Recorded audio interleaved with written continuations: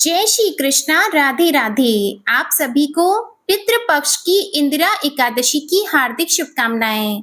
पितृपक्ष अर्थात आश्विन के कृष्ण पक्ष की यह एकादशी इंदिरा एकादशी कहलाती है।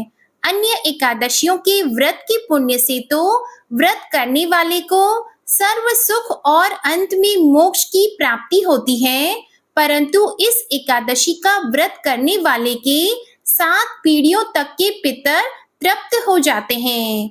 इंदिरा एकादशी का व्रत करने वाला स्वयं तो मोक्ष प्राप्त करता ही है, वह अपने सभी पितरों का उद्धार करके उन्हें भी दिव्य लोकों में प्रवेश का अधिकारी बना देता है। इस एकादशी को भगवान शालिग्राम की पूजा की जाती है और पूजा तथा प्रसाद में तुलसी दलों का अर्थात तुलसी जी की पत्तियों का प्रयोग अनिवार्य रूप से किया जाता है। आज की इस वीडियो में आप सुनिए इंदिरा एकादशी व्रत की संपूर्ण व्रत कथा। प्रिय भक्तजनों, आप इस कथा को बड़ी ही श्रद्धा और प्रसन्न चित्त मन से पूरा अवश्य सुनिएगा। प्रेम से बोलिए भगवान श्री लक्ष्मी नारायण जी की जय। महाभारत युद्ध में मारे गए अपने सगे संबंधियों की आत्मा को मोक्ष दिलाने, उन्हें संतुष्ट करने की इच्छा से धर्मराज युधिष्ठिर ने भगवान श्री कृष्ण से आश्विन मास के कृष्ण पक्ष की एकादशी के बारे में पूछा कि हे प्रभु, अब आप कृपा करके आश्विन मास के कृष्ण पक्ष की एकादशी की कथा को कहिए। इस एकादशी का क्या नाम है और इस व्रत को करने से कौन सा फल प्राप्त होता है, सब कुछ विस्तार पूर्वक कहिए। तब भगवान श्री कृष्ण ने धर्मराज युधिष्ठिर से कहा, हे धर्मराज, आश्विन मास के कृष्ण पक्ष की एकादशी का नाम इंदिरा है। इस एकादशी का व्रत करने से सभी पाप नष्ट हो जाते हैं, नरक में गए हुए पितरों का उद्धार हो जाता है।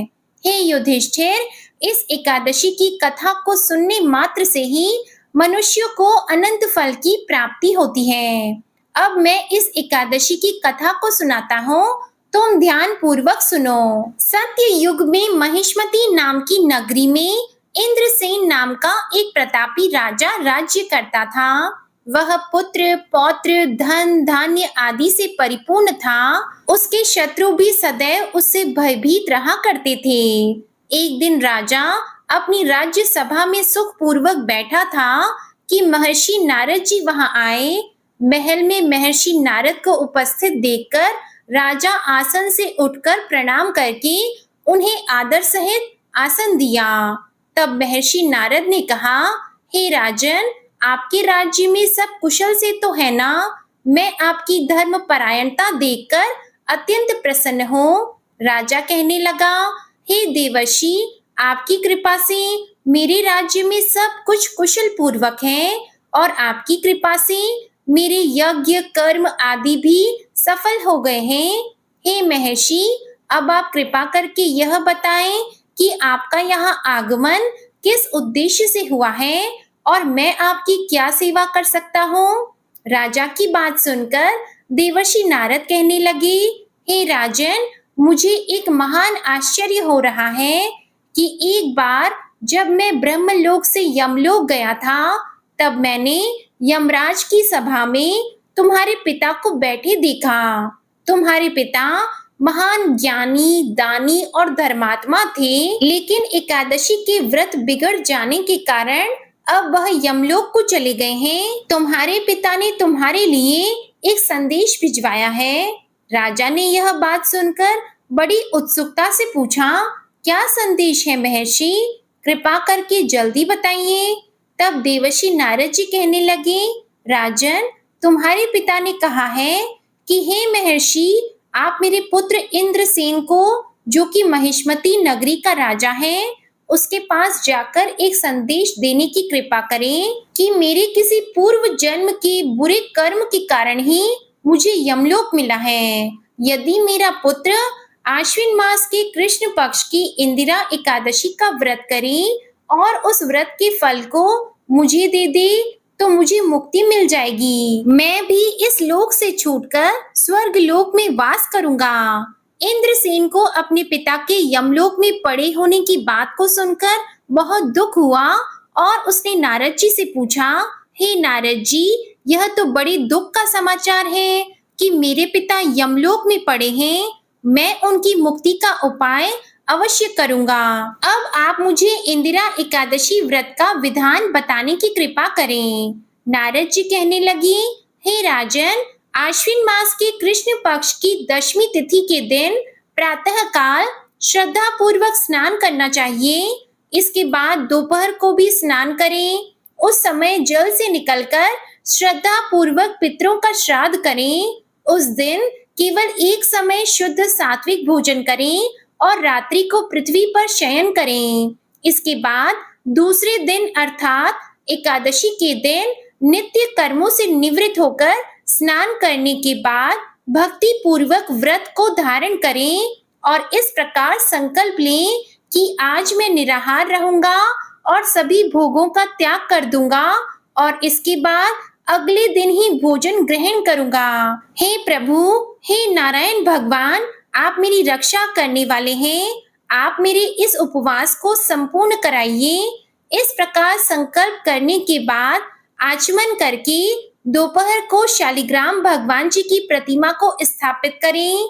ब्राह्मणों को बुलाकर भोजन कराएं और उन्हें दान दक्षिणा अपने सामर्थ्य के अनुसार दें। भोजन का कुछ हिस्सा गाय को जरूर दें और भगवान श्री विष्णु का धूप दीप नैवेद्य आदि से पूजन करें। एकादशी की रात्रि को जागरण करें। इसके बाद द्वादशी तिथि के दिन मौन रहकर बंधु बांधवों सहित भोजन करें। हे राजन, यह इंदिरा एकादशी के व्रत की विधि है। अगर तुम आलस्य त्याग कर इस एकादशी के व्रत को करोगे तो तुम्हारे पिता अवश्य ही स्वर्ग के अधिकारी बन जाएंगे। उन्हें भी मोक्ष मिल जाएगा। देवर्षि नारद इस प्रकार राजा को व्रत का सब विधान समझाकर अंतर ध्यान हो गए।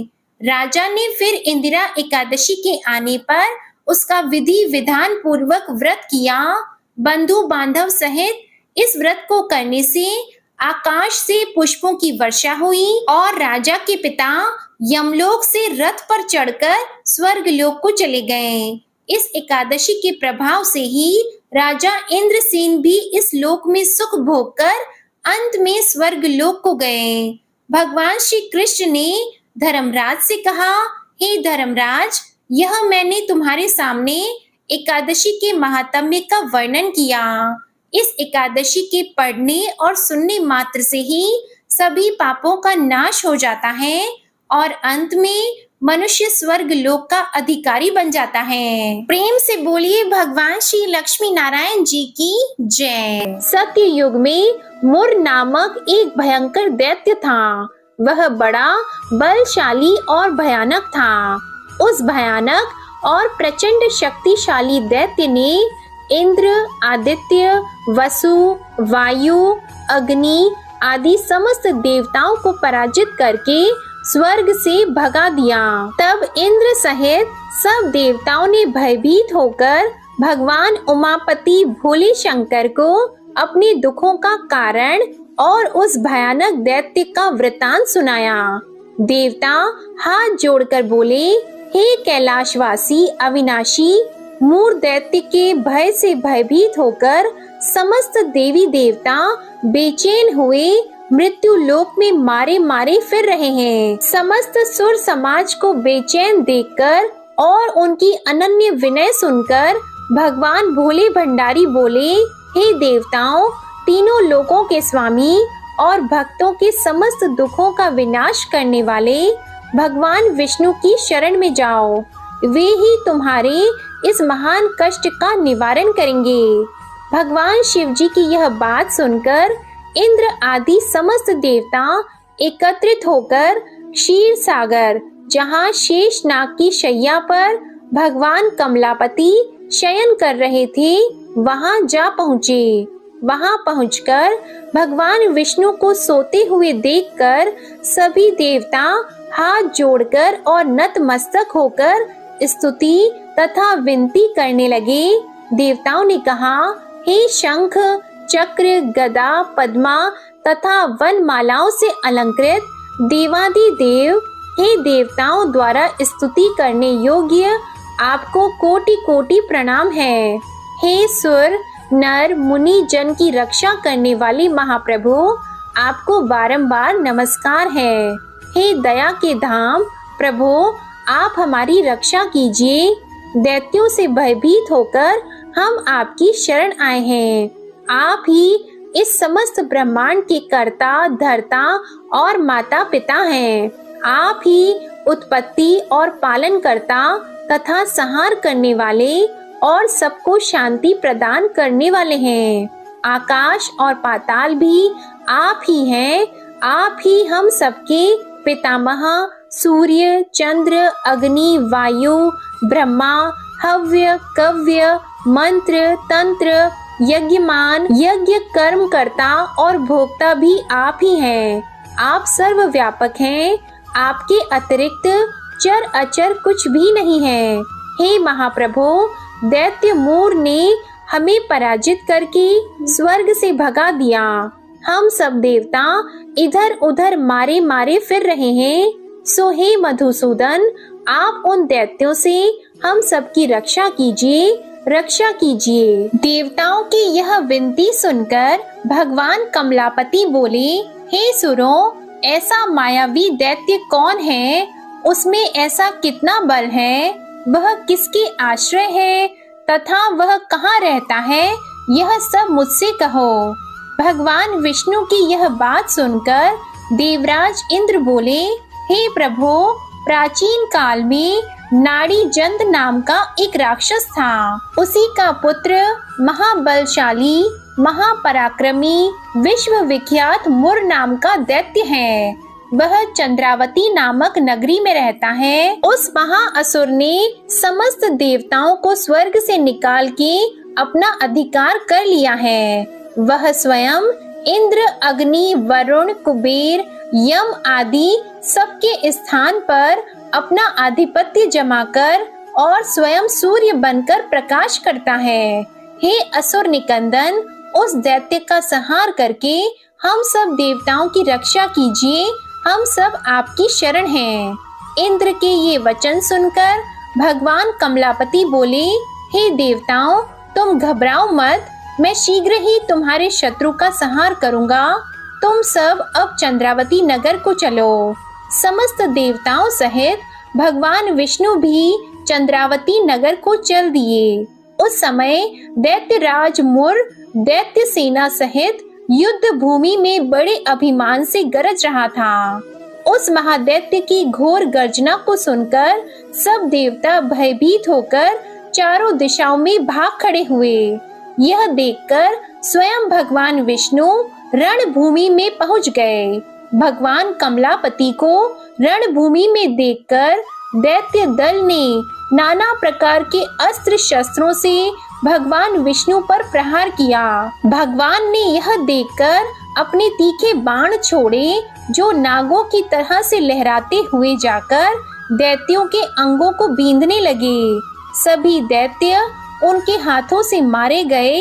केवल दैत्यराज मुर ही जीवित बचा था। दैत्यराज मुर अविचल भाव से भगवान के साथ युद्ध करता रहा। यह देखकर सुर समाज अत्यंत बेचैन होने लगा। भगवान जो भी तीक्ष्ण बाण उसके शरीर में मारते, वे उसके अंगों में पुष्पों के समान लगते थे। शस्त्रों से उस महादैत्य का शरीर छिन्न भिन्न हो गया, परंतु वह फिर भी युद्ध करता रहा। इसके बाद भगवान और दैत्य का मल्ल युद्ध होने लगा। इस प्रकार 10,000 वर्ष तक दोनों का युद्ध हुआ, परंतु वह महाबली दैत्य फिर भी पराजित नहीं हुआ। तब भगवान उस मुर दैत्य से लड़ते लड़ते थक गए और बद्रिकाश्रम को चले गए। वहां पर हेमवती नाम की एक सुंदर गुफा थी। विष्णु भगवान उस गुफा में विश्राम करने लगे। वह गुफा 12 योजन लंबी और उसका एक ही द्वार था। दैत्यराज मुर भी भगवान का पीछा करते हुए उस गुफा में पहुंच गया। वह दैत्य भगवान विष्णु को सोया देखकर उन्हें मारने के लिए उद्यत हुआ। वह अभी मारने का प्रयत्न कर ही रहा था कि उसी क्षण विष्णु भगवान के शरीर से एक अति तेजस्वी तथा अत्यंत प्रभावशाली कन्या अस्त्र शस्त्र धारण किए हुए उत्पन्न हुई। उस कन्या के बल पराक्रम को देखकर आश्चर्यचकित हुआ मोर उसके साथ युद्ध करने लगा। उस कन्या के युद्ध कौशल, पराक्रम तथा वीरता को देखकर दैत्य ने विचार किया कि इस कन्या को इतना भयानक युद्ध करना किसने सिखाया है? यह तो बड़ा भयंकर युद्ध करती है। वह अभी विचार कर ही रहा था कि उस प्रभावशाली देवी ने एक ऐसा बाण मारा कि दैत्यराज का रथ टूटकर चूर-चूर हो गया। देवी ने उसके अस्त्र शस्त्रों को काटकर टुकड़े टुकड़े कर दिए। अब वह भयानक दैत्यराज मुर मल्ल युद्ध करने लगा, परंतु देवी ने धक्का मारकर उसे मूर्छित कर दिया। जब वह दैत्य मूर्छा से जागा तो उस कन्या ने उसका सिर काट डाला।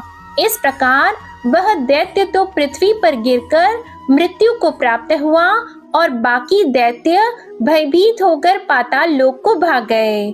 जब भगवान विष्णु की निद्रा टूटी तो उन्होंने मुर दैत्य के कटे हुए सिर तथा दोनों हाथ जोड़कर खड़ी हुई एक कन्या को देखा। भगवान उस कन्या से पूछने लगे, हे देवी, जिस दैत्य के भय से इंद्र आदि सब देवता भयभीत होकर स्वर्ग को छोड़कर भाग गए थे, उसको किसने मारा है? वह कन्या कहने लगी, भगवान, जब आप निद्रा में थे तब यह दैत्य आपको मारने के लिए उद्यत हुआ था। उस समय आपके शरीर से उत्पन्न होकर मैंने इस दैत्य का वध किया है। यह सुनकर भगवान बोले, हे देवी, तुमने इस दैत्य को मारकर देवताओं का महान उपकार किया है, अतः तुम इच्छा अनुसार वर मांगो। तब वह देवी बोली, भगवान, यदि आप मुझे वरदान देना ही चाहते हैं तो यह दीजिए कि जो मेरा व्रत करे उसके सब पाप नष्ट हो जाएं और वह अंत में मोक्ष को प्राप्त हो। रात्रि को भोजन करने वाले को आधा फल और एक बार भोजन करे उसको भी आधा फल प्राप्त हो। जो मनुष्य भक्ति पूर्वक मेरे व्रत को करे वह निश्चय ही आपके लोक को प्राप्त हो। जो कोई मेरे व्रत में एक बार भी भोजन न करे उसको धर्म, धन और मुक्ति प्राप्त हो। भगवान ने कहा, हे कल्याणी, ऐसा ही होगा। मेरे और तुम्हारे भक्त एक ही होंगे और वे जीवन में सभी सुखों को प्राप्त करेंगे तथा अंत में मेरे लोक को प्राप्त होंगे। क्योंकि तुम एकादशी को उत्पन्न हुई हो, अतः तुम्हारा नाम एकादशी होगा। तुम मुझे सब तिथियों से प्रिय हो, इस कारण तुम्हारे व्रत का फल सभी तीर्थों से अधिक फलदायी होगा।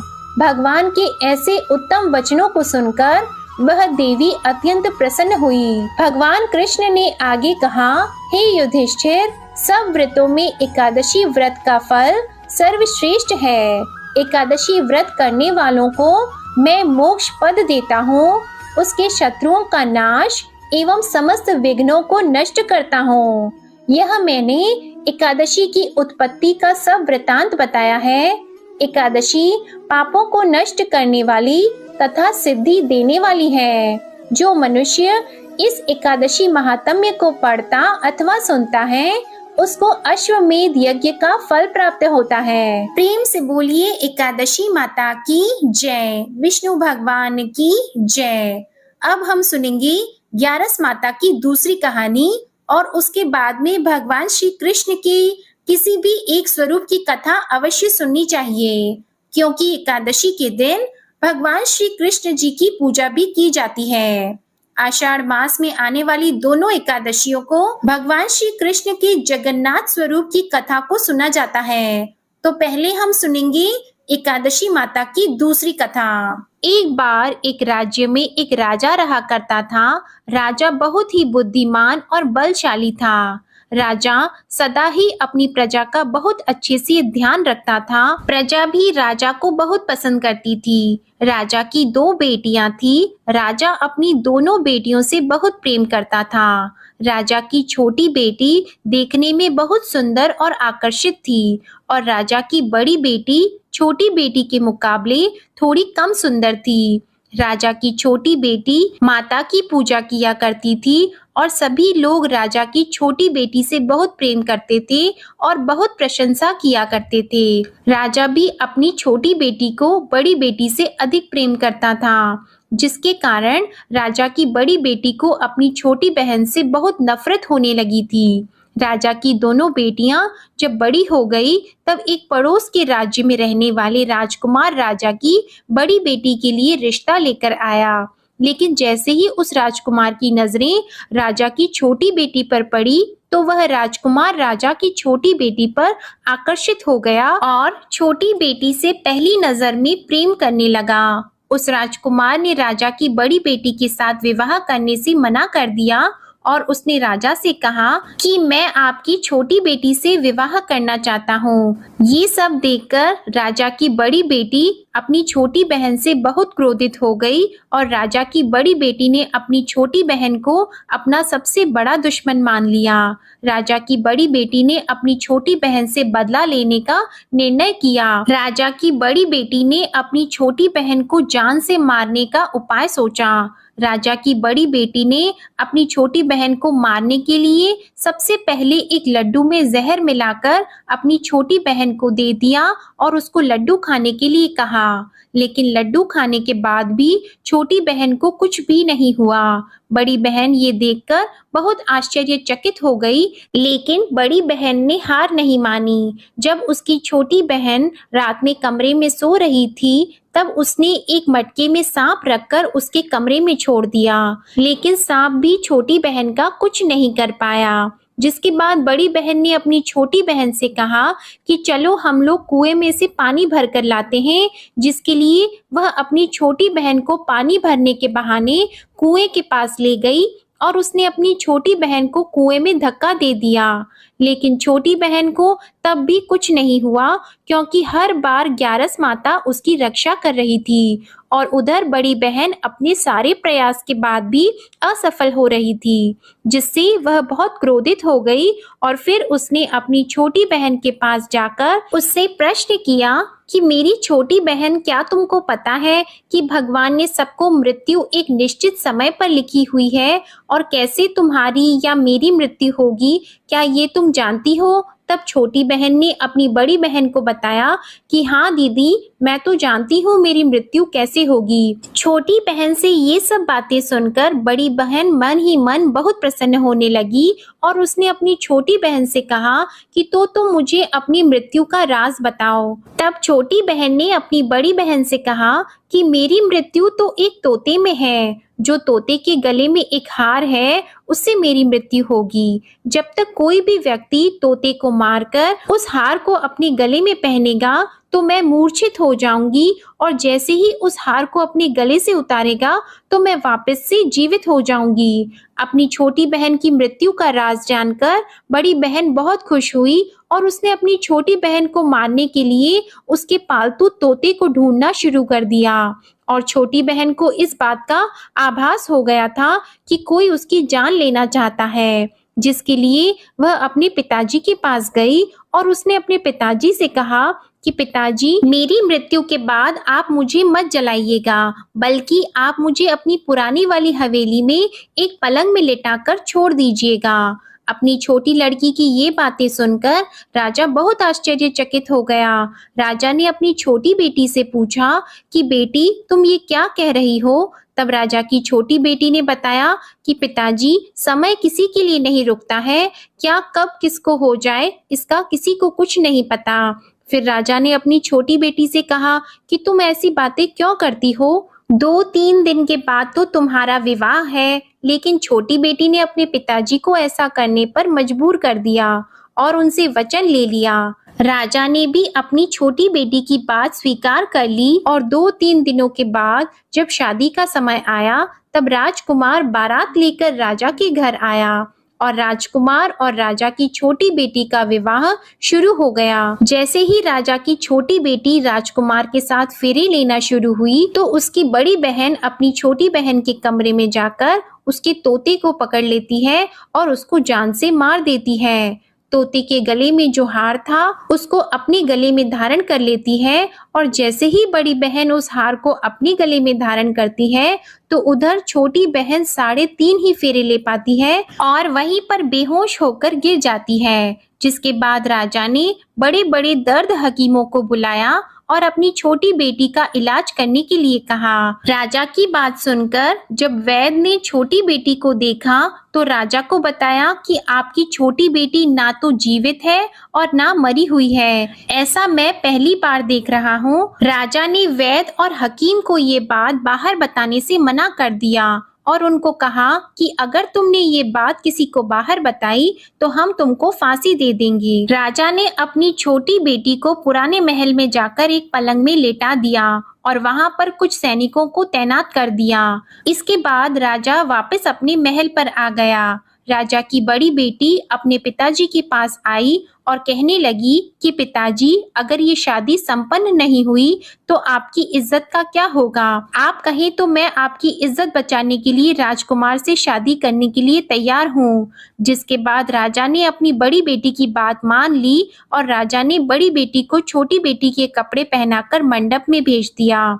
लेकिन राजकुमार ये जान गया कि ये राजा की छोटी बेटी नहीं है बल्कि ये राजा की बड़ी बेटी है। लेकिन जब राजकुमार ने शादी करने से मना किया तो सभी लोगों ने राजकुमार को बेबस करके राजा की बड़ी बेटी से बचे हुए फेरों को संपन्न करा दिया और विवाह संपन्न हुआ। जिसके बाद राजकुमार राजा की बड़ी बेटी को अपने महल में ले गया।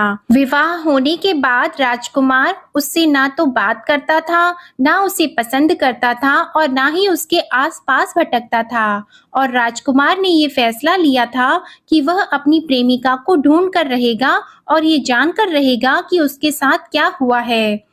एक दिन राजकुमार अपने घोड़े पर सवार होकर राजा के पुराने महल के पास पहुंचा, जहां पर उसने कुछ सैनिकों को देखा। महल के पास पहुंचकर राजकुमार ने जब महल को ध्यान से देखा तो वह समझ गया कि ये तो हमारे ससुर जी का महल है। तब राजकुमार ने सैनिकों से पूछा कि तुम लोग यहाँ क्या कर रहे हो और इस महल के अंदर उस पलंग में कौन लेटा है? जिसके बाद सैनिकों ने बताया कि यहाँ पर राजा की छोटी बेटी लेटी है। ये सुनकर राजकुमार बहुत प्रसन्न हो गया और वह तुरंत अपनी प्रेमिका के पास पहुंच गया और उसकी सेवा करने लगा। जैसे ही रात हुई तो राजा की छोटी बेटी उठकर खड़ी हो गई। राजकुमार ये देखकर बहुत खुश हो गया और उसने अपनी प्रेमिका से पूछा कि तुम यहाँ क्या कर रही हो? तुम मेरे साथ मेरे घर चलो। राजा की छोटी बेटी ने राजकुमार को सारी बातें बता दी कि मेरी जान एक तोते में बसती थी और मैंने ये बात सिर्फ अपनी बड़ी बहन को बताई थी और मुझे पता है कि उसने ही मुझे मारने का प्रयास किया है। उसके पास एक हार है जिसको वह सुबह पहन लेती है और रात को उतार देती है। जब तक वो हार को पहन कर रखती है तब तक मैं मूर्छित रहती हूँ और जैसे ही वो हार को उतार देती है तो मैं जीवित हो जाती हूँ और जब तक मेरी बड़ी बहन के पास वो हार रहेगा तब तक मैं ऐसे ही जीवित और मूर्छित होती रहूंगी। अगर मेरी बड़ी बहन के पास जो हार है वो मेरे हाथ लग जाए तो मैं हमेशा के लिए जीवित हो जाऊंगी। राजकुमार ये सब बातें सुनकर राजा की छोटी बेटी के पास रहने का निर्णय ले लेता है और उसने अपने बचे हुए सारे फेरे उस पलंग में लेटी हुई राजकुमार की छोटी बेटी के साथ ले लिए और अपना विवाह पूर्ण कर लिया और वहीं पर वो रहने लगा। देखते ही देखते कुछ समय में राजा की छोटी बेटी और राजकुमार की पत्नी गर्भवती हो गई। एक दिन राजकुमार को किसी काम से बाहर जाना पड़ा।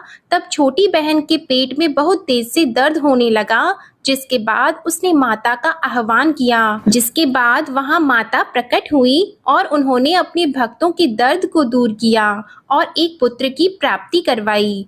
और वहीं पर अचानक से राजकुमार भी आ गया। राजकुमार ने ग्यारस माता को देखा तो वह आश्चर्यचकित हो गया और उसने तुरंत ग्यारस माता को प्रणाम किया और ग्यारस माता ने राजकुमार से कहा, जब तुम्हारा पुत्र 5 वर्ष का हो जाए तो तुम आकर अपनी पत्नी का हार इसके गले में डाल देना। और देखते ही देखते राजकुमार और राजा की छोटी बेटी का पुत्र 5 वर्ष का हो जाता है। तो राजकुमार अपने बेटे से कहता है कि बेटा, मैं कुछ काम से बाहर जा रहा हूँ, तुम अपनी माता का ध्यान रखना, और वहां से चला जाता है। राजा को बाहर निकलता देखकर बड़ी बहन के सैनिक देख लेते हैं और बड़ी बहन को जाकर सारी बातें बता देते हैं, जिसके बाद बड़ी बहन अपनी छोटी बहन के पुत्र को वहां से उठवा लेती है और उसको मरवा देती है। छोटी बेटी के पुत्र के 2 टुकड़े करवा देती है। पहला टुकड़ा चक्के के पास छुपा देती है और दूसरा टुकड़ा अपने पलंग के नीचे रख लेती है। अब ग्यारस माता भिखारी का रूप लेकर आती है और एक भिखारी का रूप रखकर बड़ी बहन के पास चली जाती है, जिसके बाद वहां पर भिक्षा मांगने लगती है।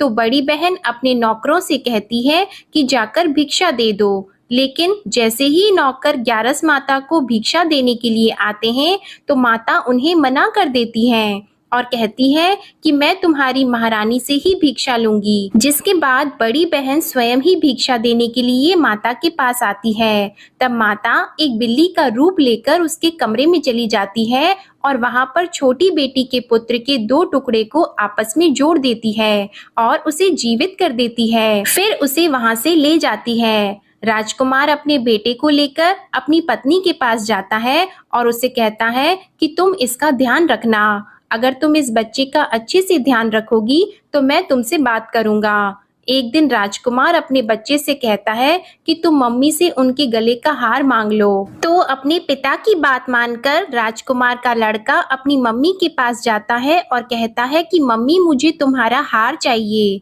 यह सुनकर पहले तो बड़ी बहन बहुत क्रोधित होती है, पर उसको यह याद आता है कि राजकुमार ने कहा था कि अगर मैं इस बच्चे का ध्यान अच्छे से रखूंगी तो वह मुझसे बात करेंगे, जिसके कारण वह हार उस बच्चे को दे देती है और वह तुरंत हार को ले जाकर अपने पिताजी को दे देता है। और तभी राजकुमार अपने बेटे को लेकर वहां से जाने लगता है और अपनी पत्नी से कहता है कि तुम हमारे लिए खाना बनाकर रखना, मैं शाम को आकर तुम्हारे साथ खाना खाऊंगा।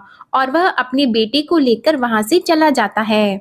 जिसके बाद वह राजा के पास जाता है और उनको सारी बातें बता देता है। राजा अपनी बड़ी बेटी की ये करतूत सुनकर बहुत क्रोधित होते हैं और अपनी परवरिश पर ही दोष देने लगते हैं। राजकुमार को अपनी छोटी बेटी के साथ रहने के लिए आदेश दे देते हैं। इस प्रकार ग्यारस माता की कृपा से राजकुमार और राजा की छोटी बेटी सुखपूर्वक रहने लगे। प्रेम से बोलिए एकादशी माता की जय। प्रेम से बोलिए माता लक्ष्मी और भगवान विष्णु की जय। माता पार्वती और भगवान शंकर की जय। आइए अब श्री राधा रानी की इस पवित्र कथा को सुनते हैं। एक गांव में रमा नाम की एक स्त्री थी। उसके विवाह को 5-6 बरस हो गए थे, लेकिन उसकी कोई संतान नहीं थी।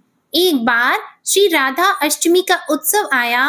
गांव की औरतें बरसाना जा रही थी। औरतों ने कहा कि तुम भी बरसाना चलो, राधा रानी बड़ी दयालु है, तुम्हारी गोद जरूर भर देगी। वह स्त्री कई महीनों से घर से बाहर नहीं निकली थी, इसलिए उसके पति और सास ने भी उसे जाने की आज्ञा दे दी। बस उसने मन में ठान लिया कि राधा रानी मेरी गोद जरूर भरेगी। जिस दिन उसे जाना था उस दिन उसके पैर में चोट लग गई, उससे चला भी नहीं जा रहा था। फिर भी वह स्त्रियों के संग यात्रा पर चली गईं। सारे रास्ते राधा कृष्ण जी का जप और कीर्तन करती हुई गईं और बरसाना पहुंचकर नहा धोकर राधा जी के मंदिर में जाने के लिए तैयार हुई। राधा जी के महल में जब जाते हैं तो ऊपर बहुत सी सीढ़ियां चढ़नी पड़ती हैं। जैसी सीढ़ियां वो चढ़ने लगी तब वह स्त्रियों से बोली कि तुम लोग आगे आगे चलो, मैं धीरे धीरे सीढ़ियों से आती हूँ। मेरे पैर में चोट लगने की वजह से चला भी नहीं जा रहा है। 2-4 सीढ़ियां चढ़ने के बाद उसका पैर मुड़ गया और वह नीचे गिरने लगी। तभी एक 7-8 साल की कन्या ने उसका हाथ पकड़ लिया। रमा बोली, बेटी आज अगर तुम ना होती तो मैं नीचे गिर गई होती। वह कन्या बोली, माता ऐसे कैसे गिर जाने देती मैं तुम्हें। तब रमा ने पूछा, बेटी तुम्हारा क्या नाम है। वह बोली, लाडो नाम है मेरा, यहीं पास में रहती हूँ। वे दोनों सीढ़ियों पर बैठ गईं। लाडो कहने लगी, माता मेरे लिए क्या लाई हो। ना कोई जान ना पहचान और लाडो ऐसी बातें कर रही है। फिर रमा ने कहा, लाडो मैं कल तुम्हारे लिए कुछ न कुछ लेकर अवश्य आऊंगी। तुम्हें क्या पसंद है। तब लाडो कहने लगी, मुझे नथनी, गले का हार, कान के कुंडल, चूड़ियां, मेहंदी, घाघरा, चोली ये सब चीजें पसंद हैं, कुछ भी ले आना। इतना कहकर वह बालिका भाग गई। जैसे तैसे रमा भी मंदिर में दर्शन करके लौट आई। फिर रमा उस बालिका के बारे में सोचने लगी और बाजार में उसने गले का हार और चूड़ियां उसके लिए ली और अगले दिन वहीं जहां मिली थी वह लाडो का जाकर इंतजार करने लगी। फिर लाडो उसको उसी जगह पर मिली। चूड़ियां और गले का हार जैसे ही उसे दिया वह बोली, बस इतनी सी ही, और चीजें नहीं लाई। और वह मुंह फुलाकर बैठ गई। तब रमा बोली, अभी मैं 8 दिन यहीं पर हूँ, रोज तुम्हारे लिए कुछ न कुछ लाया करूंगी। यह सुनकर लाडो उसकी गोद में बैठ गई और गले से लग गई। रमा तो रोने लगी, उसे जैसे एक संतान मिल गई हो। खूब प्यार से उसके सिर पर हाथ फेरा, ऐसे ही वह फिर चली गई। रमा ने मंदिर से आकर घाघरा और चोली उसके लिए बनवाए। ऐसे ही रोज कुछ न कुछ वह उसे देती। एक दिन रमा कहती है, अब यह सारी चीजें मुझे पहन कर तो दिखाओ। तो लाडो बोली, कल राधा अष्टमी है, मैं कल इसे पहनूंगी। इस बार लाडो के साथ एक लड़का भी था। उसे देखकर रमा ने कहा, आज पता नहीं मेरे मन में क्या आया, मैंने एक धोती और मुकुट मोर वाला लिया है, क्या मैं इसे दे दूं? लाडो बोली, ये कनुआ है, मेरे साथ ही रहता है, हाँ तुम इसे दे दो। ऐसा कहकर वे दोनों सामान लेकर चले गए। अगले दिन राधा अष्टमी थी। जब रमा सीढ़ियों पर आई वहां उसे आज कोई नहीं मिला, ना वो लाडो ना वो लड़का। बहुत इंतजार के बाद जब वह मंदिर में पहुंची तो वहां बहुत भीड़ थी। कीर्तन और नृत्य हो रहा था। इसी तरह भीड़ को चीरती हुई वह आगे पहुंची और वहां देखकर राधा जी को देखा और ठाकुर जी को देखा। रमा ने जो जो चीजें लाडो को दी थी वही सारा सामान राधा जी और कृष्ण जी पहने हुए थे। वह पत्थर सी हो गई, आंखों से आंसू बहने लगे। उसे बात समझते देर न लगी कि वह लाडो राधा जी और कनुआ कृष्ण जी हैं, स्वयं जगत के पालनहार। उसके पास आते थे, राधा जी उसकी गोद में बैठती थी और उसे मात्र सुख प्रदान करती थी। वह तो जैसे बावली हो गई, दिन रात लाडो लाडो कहती रहती, पुकारती रहती। वह स्त्रियों से बोली, तुम लोग घर जाओ, मैं नहीं जाऊंगी। उसकी सास और पति भी उसे लेने आए, पर वह साथ नहीं गई। अब तो प्रतिदिन वह सीढ़ियों पर बैठे बैठे आंसुओं से सीढ़ियां धोती, पलकों से बुहारती। ऐसा करते करते उसे 30 वर्ष हो गए। एक दिन एक बालिका उसका हाथ पकड़कर उसे ऊपर अट्टालिका में ले गई। वहां जाकर बोलती है, लो मैं आ गई, मैं ही हूँ तुम्हारी लाडो। ऐसा कहकर बाहें फैलाकर रमा को बुलाने लगी और अपने गले लगा लिया। उस दिन रमा ऐसे गले लगी कि इस पार्थिव शरीर को छोड़कर सदा के लिए अपनी लाडो के पास चली गईं। बोलिए श्री राधा कृष्ण भगवान की जय। बोलिए श्री बरसाने वाली की जय। अब सुनिए पितरों को मोक्ष दिलाने वाली कथा। जोगे और भोगे 2 भाई थे। दोनों अलग अलग रहा करते थे। जोगी धनी था और भोगी निर्धन, लेकिन फिर भी दोनों में बड़ा प्रेम था। जोगे की पत्नी को धन का बड़ा अभिमान था, लेकिन भोगे की पत्नी बहुत सरल स्वभाव की थी। पितृपक्ष आने पर जोगी की पत्नी ने उसे पितरों का श्राद्ध करने के लिए कहा। तो जोगी इसे बेकार का काम समझकर टालने का प्रयास करने लगा। किंतु उसकी पत्नी समझती थी कि अगर ऐसा नहीं करेंगे तो लोग बहुत बातें बनाएंगे। फिर उसे अपने मायके वालों को दावत पर बुलाने का और अपनी शान दिखाने का यह उचित अवसर भी जान पड़ा। तो वह अपने पति से बोली कि आप शायद मेरी परेशानी के कारण ऐसा कह रहे हैं, किंतु मुझे इसमें कोई भी परेशानी नहीं होगी। मैं काम करने के लिए भोगी की पत्नी को बुला लूंगी और हम दोनों मिलकर सारा काम भी कर लेंगी। इसके बाद उसने जोगी को अपनी पीहर अपने न्योता देने के लिए भेज दिया। दूसरे दिन उसके बुलाने पर भोगी की पत्नी सुबह सवेरे आकर काम में जुट गई। उसने रसोई तैयार की, तरह तरह के पकवान बनाए, फिर सभी काम निपटाकर अपने घर आ गई। आखिरकार उसे भी तो अपने पितरों का श्राद्ध तर्पण करना था। इस अवसर पर न जोगी की पत्नी ने उसे रोका, न वो रुकी। जल्दी ही दोपहर हो गई। पितर भूमि पर उतरे। जोगे भोगे के पितर पहले जोगे के यहाँ गए तो क्या देखते हैं कि उसके ससुराल वाले वहां पर पहले से ही भोजन करने में जुटे हुए हैं। निराश होकर वे भोगे के यहाँ गए। वहां जाकर देखा तो वहां क्या था, मात्र पितृ के नाम पर अग्यारी दी गई थी। पितरों ने उस अग्यारी की राख चाटी और भूखे ही नदी के तट पर जा पहुंचे। क्योंकि भोगे के यहाँ धन का अभाव था, वह ढेर सारे अन्न पकवान नहीं बना सकते थे।